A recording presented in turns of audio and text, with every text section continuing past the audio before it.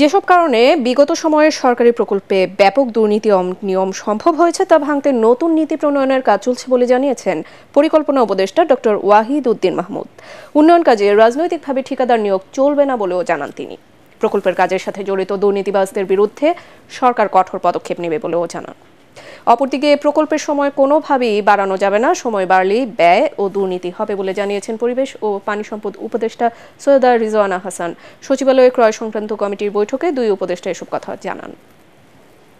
এটা independent assessment হতে হলে দুটো প্রক্রিয়া, একটা হচ্ছে গ্রামের লোককে জানাতে হবে, একটা হচ্ছে ওই যে 1000 কোটি টাকার প্রকল্পটা আসলো ওইটা অ্যাসেস করার জন্য নিরপেক্ষ কাউকে দিয়ে একটা কমিটি করা যায় কিনা যারা অ্যাসেসমেন্টটা করে দেখবে। আরেকটা হচ্ছে যে মিড টার্ম একটা রিভিউ।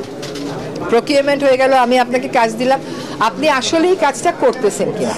প্রজেক্টগুলো তৈরির সময়, পরিকল্পনার সময় যেই খরচে অনুমোদন দেওয়া হয়েছে তারপর খরচ বাড়তে থাকে, ব্যয় বাড়তে থাকে, সময় বাড়তে থাকে, এগুলো কমানো যায় কি করে এবং কি করে ঠিকাদারদের নিয়োগই হলো সরকারের ক্রয় নীতি। এটাকে আরেকটু যাতে নিয়ম সিদ্ধ করা যায়, যাতে এতে দুর্নীতি কমানো যায়।